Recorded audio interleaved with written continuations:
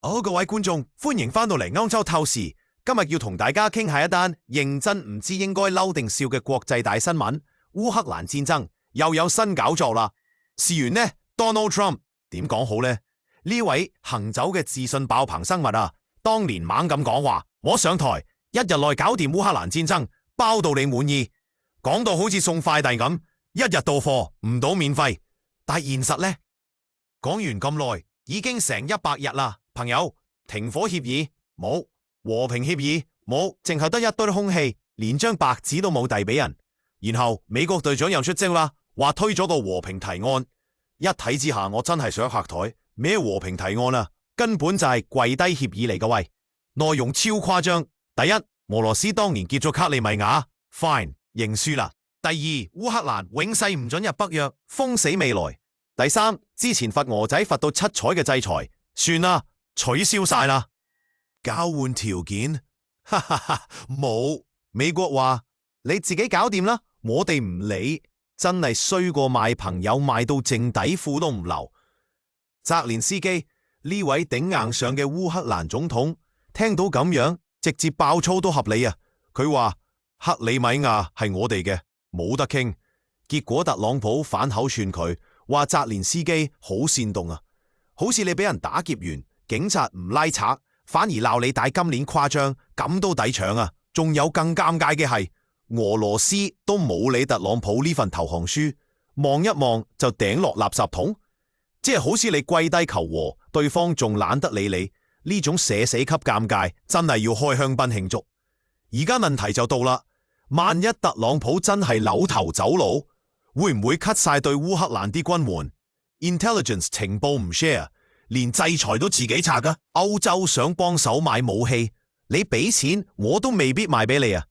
答唔到，答極都答唔到，因為 Trump 做事嘅邏輯基本上就好似完全靠感覺。總結一下啦，兄弟姊妹們，烏克蘭要等到和平，可能要等特朗普買六合插中頭獎先有得傾。好啦，講咗咁耐烏克蘭局勢，我自己講到都覺得，哇！呢個世界真係撲街到一個點啊！但係講到黑海呢邊嘅情況，我驚我再講落去，直接當場來出血啦喂！咁點算好呢？梗係唔好自己頂晒啦！等我哋今日特別嘉賓，我哋最靚最醒目女主持阿 Cat。多謝明仔，你講得咁激動，真係差啲要叫救護車啊！好啦，等我哋轉一轉氣氛，講下依家黑海到底發生緊啲乜事。講完陸地嘅打仗，唔好以為轉咗去海邊就涼爽啲。黑海嗰邊照樣煮緊地獄大餐。首先啦，講下尼古拉耶夫 Mykolaiv 呢個港口有一艘超唔幸運嘅貨船，個名叫禿頭人喎。禿頭人啊，大佬，連隻船都一身悲劇味。呢一艘自從2022年俄羅斯全面入侵烏克蘭前一日就困咗喺港口。原本諗住開心心嚟裝葵花籽油，點知一困就2年，仲要唔止佢自己啊，成堆外國船28艘啊，都好似難民營咁困晒喺個港口附近，離前線只係60公里，你話誇唔誇張？咁啊，美國之前出嚟話搞掂咗，保證黑海安全航行。俄羅斯聽完扮乖仔咁笑一笑，轉個頭就反口，咁得啦，不過你要解除我哋啲制裁先，冇錯，黑社會開價啦。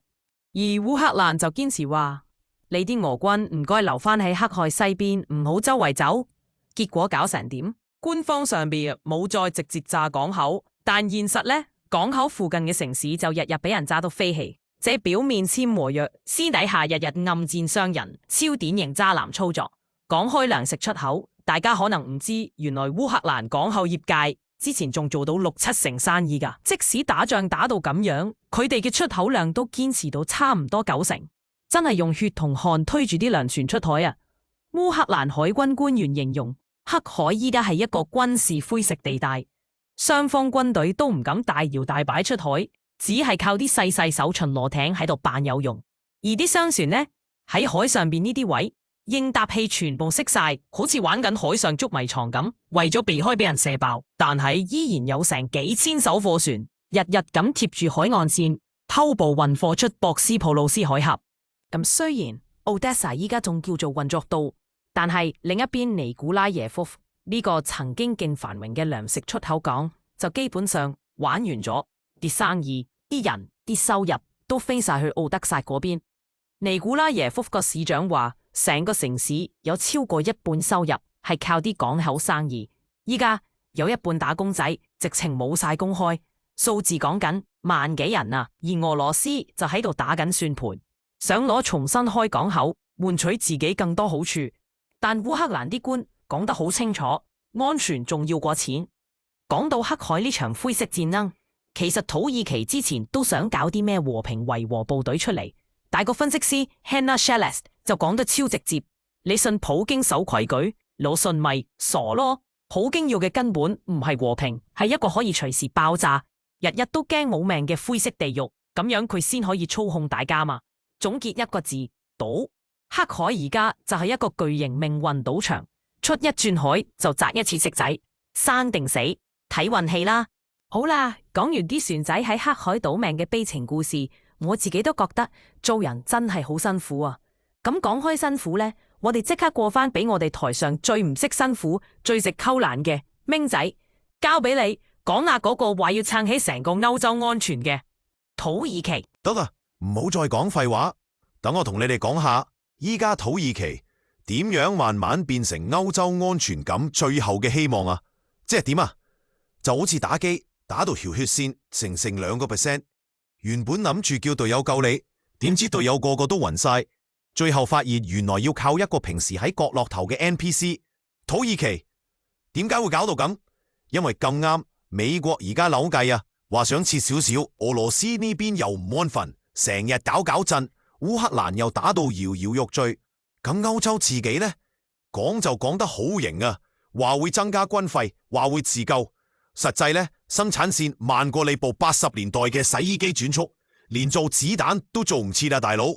咁所以呢，阿土耳其總統埃爾多安就喺度叉住腰，笑住同你講：睇啦，冇我，你哋死得快啲啊！佢講咩呢？4月11號嗰陣，佢直頭大聲話。歐洲安全離唔開土耳其，講到好似自己係超級英雄咁樣，飛緊上天救人咁款。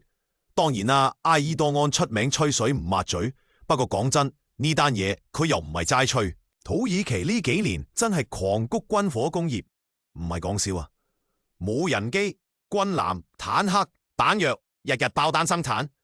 雖然啲新主戰坦克 Orti 同埋隱形戰機 Khan 都仲係 testing 階段。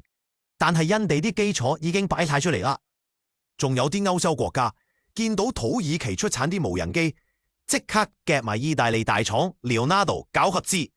講真啊，土耳其而家喺歐洲之中，除咗烏克蘭之外，真係冇邊度有咁多現役士兵啊，足足40萬現役軍人喎。所以咧，歐洲係咪要靠土耳其啊？答要啊，死希都要啊，唔止軍隊啫，土耳其仲主動出聲。話如果烏克蘭將來真係要搞停火維和，土耳其可以出兵落場喎。你估呢啲係嘴炮咩？人哋喺敘利亞同利比亞已經真打過俄仔啊，有 record 噶。土耳其仲有一個私心啊，就係希望黑海唔好俾俄仔或者北約完全霸晒，自己要坐定粒六，變成地區老大哥。而歐洲呢邊又想解鎖幾千億歐元軍費，又唔想同美國拗交拗到甩牙，咁咪自然要揾土耳其幫拖啊。等，咪以為土耳其係白蓮花？講到土耳其政治、民主、新聞自由、法治，土耳其新聞自由排名跌到全球尾班車。3月份，埃爾多安仲成班捉咗反對派領袖坐監，仲包埋成班支持者一齊拉和，真係堅硬漢式自覺。正常嚟講，歐盟見到呢啲應該拍台鬧爆佢啦，係咪？結果呢？歐盟只係表示關注，因為而家歐洲心諗人權、民主等等先，我依家要啲飛彈先，要人幫我企飛機先，利益優先，人性靠邊企，呢個就係今日嘅現實啦。好啦，講完土耳其呢個又叻又麻煩嘅隊友，大家應該 feel 到依家歐洲真係靠啲 Plan B、Plan C 捱緊命嘅。咁講到捱命呢，就不得唔講下另一個捱到面青青嘅國家——意大利。講到捱命呢，意大利真係 perfect example 啊！講真啦，意大利呢個國家表面上呢，成日笑晒咁講話 Make West Great Again 啊，咩偉大西方、自由世界之類，講得好激昂咁。但係當我哋同佢講好啦，你交軍費啦，佢哋個表情呢真係立即變面。點解咁講呢？因為意大利總理 Giorgia Meloni 喺4月17號飛去見特朗普，個場面呢 warm 到好似校友重聚咁。特朗普大讚梅洛尼係偉大總理啊，做得非常之好啊，仲話自己非常自豪可以同佢見面添。成場感覺好似係師兄你好犀利啊，師妹做你女朋友得唔得啊？咁濃情蜜意。但係講完甜言蜜語之後呢，成果呢講真差唔多零啊。特朗普只係話考慮下啦，下次嚟羅馬睇埋歐盟代表啦。考慮即是唔想啊，典型拖字訣。梅洛尼自己就走去拋個震撼彈出嚟，話下次北約峰會我哋會宣布加軍費到 GDP 2%。哇，聽我好似好威，但問題係佢冇講幾時加。你知唔知啊？2024年意大利軍費只係 GDP 1.49% 咋，而家北約標準係3%，特朗普自己仲想5%啊，真心黐咗線。而意大利唔止無法達標，佢哋仲要拍住西班牙做歐洲軍費最低班底。意大利講真，軍費支出係有進步嘅，由2015年嗰陣嘅1%好似隻蝸牛慢慢加上嚟。問題就係意大利個政府一邊講要重新武裝，一邊又話自己赤字爆晒標，想軍費支出唔計入歐盟預算限制。而家歐盟委員會都好似有啲心軟，話可能會容許各國用低息借貸方法加軍費唔計赤字，咁就啱晒意大利啦，唔使俾錢先買嘢，爽啊！不過呢，都唔好開心得太早，因為歐盟呢啲鬆綁措施只係得4年之後赤字又爆，收水 cut 福利，唔好問，冇 plan 過。仲有一個大問題啊，意大利人和平主義文化勁深，又加上天主教影響，成日都係要寬恕要和平，所以一聽到加軍費，個面都黑晒。民調仲話有成48%意大利人反對繼續支援烏克蘭，贊成繼續支援得38%。至於問佢哋支唔支持加軍費去2%，反對嘅比支持嘅仲多一啲喎。咁搞法，你話點加軍費？更好笑嘅係梅洛尼個聯合政府入面自己都玩分裂啊！梅洛尼自己同科西 Italia 前進意大利話支持加軍費，但佢嘅拍檔 Matteo Salvini 薩爾維尼領導嘅聯盟就反對到癲晒咁，成件事好似3個人夾 band， 主音話要唱 rock， 吉他手堅持要唱粵曲，而鼓手已經走咗去打工啦，根本冇理你。咁樣搞點撐得起成個歐洲防務啊？你話？講完意大利呢班慢半拍戰士，我真係想講現代歐洲嘅防務基本上就係一班唔想 OT 嘅人，硬係要搞24小時營業咁款啦。不過呢，歐洲唔止捱軍費，仲要捱轉型添啊！講起轉型呢，就梗係要講下瑞典啦。好啦，各位，瑞典而家唔止掘礦咁簡單，係掘到成個社會地基都震撼緊啊！事緣呢，喺瑞典北部 Kiruna 基魯納呢個地方有啲咩好掘？答案係稀土金屬，仲要係歐洲最大嗰堆。一講稀土，大家都知啦，新能源車、風力發電、手機電池咩都要用。所以呢，瑞典政府即刻眼仔碌碌，話要開礦，要將基魯納打造成未來綠色轉型嘅核心。聽落好似勁有理想，但現實呢，就係人哋掘礦，你屋企就要搬啦。點解啊？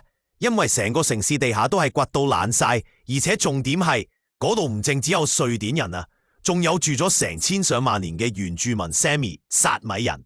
講少少背景先，薩米人唔係普通少數民族嚟嘅。佢哋文化超老字號，住咗喺呢度過千年，最大特色係放駝鹿，冇錯，就係嗰啲可愛到爆嘅駝鹿。每年由夏季牧場行去冬季牧場，行成百幾公里，呢啲遷徙路線幾百年嚟都係固定嘅。咁你開礦會搞成點啊？講個最簡單嘅例子，原本條遷徙路有成幾十公里闊，依家收窄到得返幾公里。薩米人出嚟嗌救命，唔係為自己住屋咋，係成個文化都俾你開礦開爆啊！仲有開礦仲引申到好多問題，風力發電場又起，森林又劈，雪地下變冰層，婆鹿搵唔到地衣食，放牧成本飆高，成個生態系統亂晒。理論上呢，瑞典憲法係有承認薩米人用地權益㗎，但係問題係呢啲傳統用地權成日都要喺法庭度拗到天光先可以攞翻啲公道，而且好老實講，大公司又有律師又有資金，薩米人打官司基本上就好似大衛打哥利亞。不過唔好睇小人哋啊，近年薩米社區開始反擊，起碼有啲大型礦場項目俾佢哋阻延咗，例如西博騰地區 Västerbotten 嘅新鎳礦項目，因為薩米人起訴，搞到要暫停。仲有啲投資者見勢色唔對，開始問翻自己：我哋咁樣搞落去，會唔會變國際公關災難啊？但係講到尾，瑞典都仲係行緊一條超尷尬嘅路。入邊講我要綠色轉型，我要自主供應鏈，另一邊又硬生生犧牲原住民文化。唔講呢啲地球級尷尬事啦，講開社會壓力呢，我哋即刻飛去一個表面靚到爆，但入邊一樣出事出到震嘅地方——法國。講到法國，除咗 baguette 紅酒同靚人之外，仲有啲咩啊？就係個醫療系統，表面超勁，入邊超危險。咁點樣危險法呢？講到法國呢，大家成日以為，哇，呢個國家醫療一定勁到爆啊！因為你諗下，法國人日日食鵝肝飲紅酒，金色得嘆，醫院都一定好正。唔好意思，現實就係法國醫療表面超靚，內裏爆煲。先講個大數據俾你聽。法國醫療開支只係用咗 GDP 大約12%，遠遠低過美國嗰16啦、17% 咁誇張。但係成績呢，法國人平均壽命硬係比美國人長6年，心臟病死亡率係美國嘅1/3，肥胖率、鴉片類藥物死亡率，全世界數一數二低。聽落好似神蹟啊，係咪？但其實呢個法式奇蹟背後，有一半靠嘅根本唔係醫療系統，係文化。例如法國小學 lunch time 3道菜 menu 基本係標配，啲細路每日正餐食得比你趕頭趕命，食 lunch 仲認真。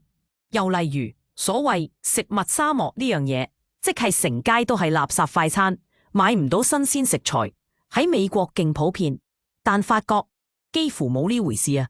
即係講到尾，人哋由細到大個肚入邊裝緊嘅唔係漢堡薯條，係靚菜、靚魚、靚水果。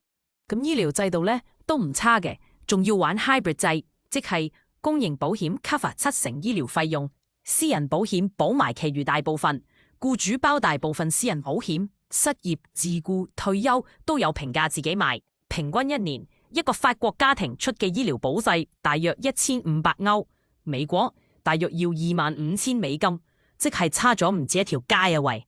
同時醫生收費由政府 cap 住，就連啲私人醫院都唔可以亂開天價，再加埋科技加持，而家好多醫生診所基本上 online 一 click 就 book 到，連打電話排隊嗌晒救命嗰套戲都可以 skip 咗。聽到呢度係咪以為法國醫療無敵啦？嘿，咪咁開心住先啊！問題嚟啦，首先成本係一路爆緊，公營開支升到飛天，即使扣咗疫情開支，2019年至2025年之間都超過通脹水平。而依家財政部長個死線係要將赤字壓到 GDP 4.6%以內，即係要 cut 錢，連醫療部門都唔可以走數。再講人手問題，全法國超過1/3家庭醫生已經超過60歲，即係基本上睇緊你病嗰位醫生，佢自己都隨時要睇骨科。後生醫生唔夠啊，因為政府以前限制過醫學院招生，依家開翻都唔夠快追，醫生唔夠點解決？急症室爆煲，每年急症就診人數由1996年1000萬升到而家2000萬以上，但床位呢係 cut 咗唔係加咗，結果係啲急症醫生日日爆肝，出晒新聞，仲要成日罷工抗議。仲有一樣好笑又悲哀嘅事，所謂醫療沙漠，正係啲偏遠地方冇醫生，法國都有啲地方排睇眼科可以等到123日咁長。政府點應對？出錢出簽約 bonus 拉醫生入鄉村。最後仲有個文化問題，法國人超級中意食藥，無論頭痛肚痛，開藥開到好似超市買零食咁。溫泉療法啊，無效療法啊，都可以用政府錢報銷，連國家審計署都睇唔落眼，話你哋報銷啲嘢冇咩科學根據啊。總結一下啦，法國醫療係靚，就好似一個超靚超貴嘅蛋糕，表面金光閃閃，但你插一刀落去，中間已經發毛晒啦。好啦，今日我哋嘅歐洲透視就行到呢度啦。由烏克蘭前線到黑海命運賭場，再去土耳其點樣成為歐洲安全希望，去意大利軍費慢煮湯，屈到成個社會地基都震嘅瑞典，最後嚟到發毛嘅法國醫療蛋糕。聽落好似好搞笑，但係講真，全部背後都係人哋真切身之痛，講緊生死、未來同埋啲永遠話想改但又唔敢改嘅死循環。如果中意我哋今日嘅節目，記住 Like、Share、Subscribe。有咩想聽、想爆料嘅話，喺留言區度鬧我哋啦。下次再同大家一齊笑住見證呢個世界點樣每日自爆多次。下次見，拜拜。